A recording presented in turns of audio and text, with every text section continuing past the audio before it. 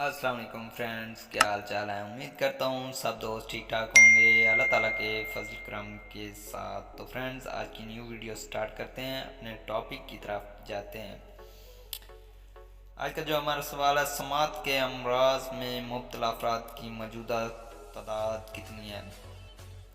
तो फ्रेंड्स, माहिरीन के मुताबिक नाक, कान और हलक से मुतल्लिक अमराज के माहिरीन ने कहा है कि समात के अमराज में मुब्तला अफराद की मौजूदा तादाद 45 करोड़ है, जो कि 2050 में 90 करोड़ हो जाएगी।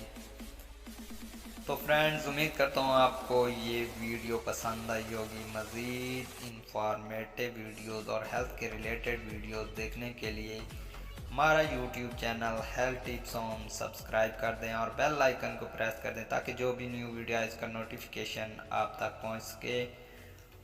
और अगर वीडियो अच्छी लगी हो तो लाइक, कमेंट और वीडियो को शेयर लाजमी करें, इससे हमारी हौसला अफजाई हो जाएगी।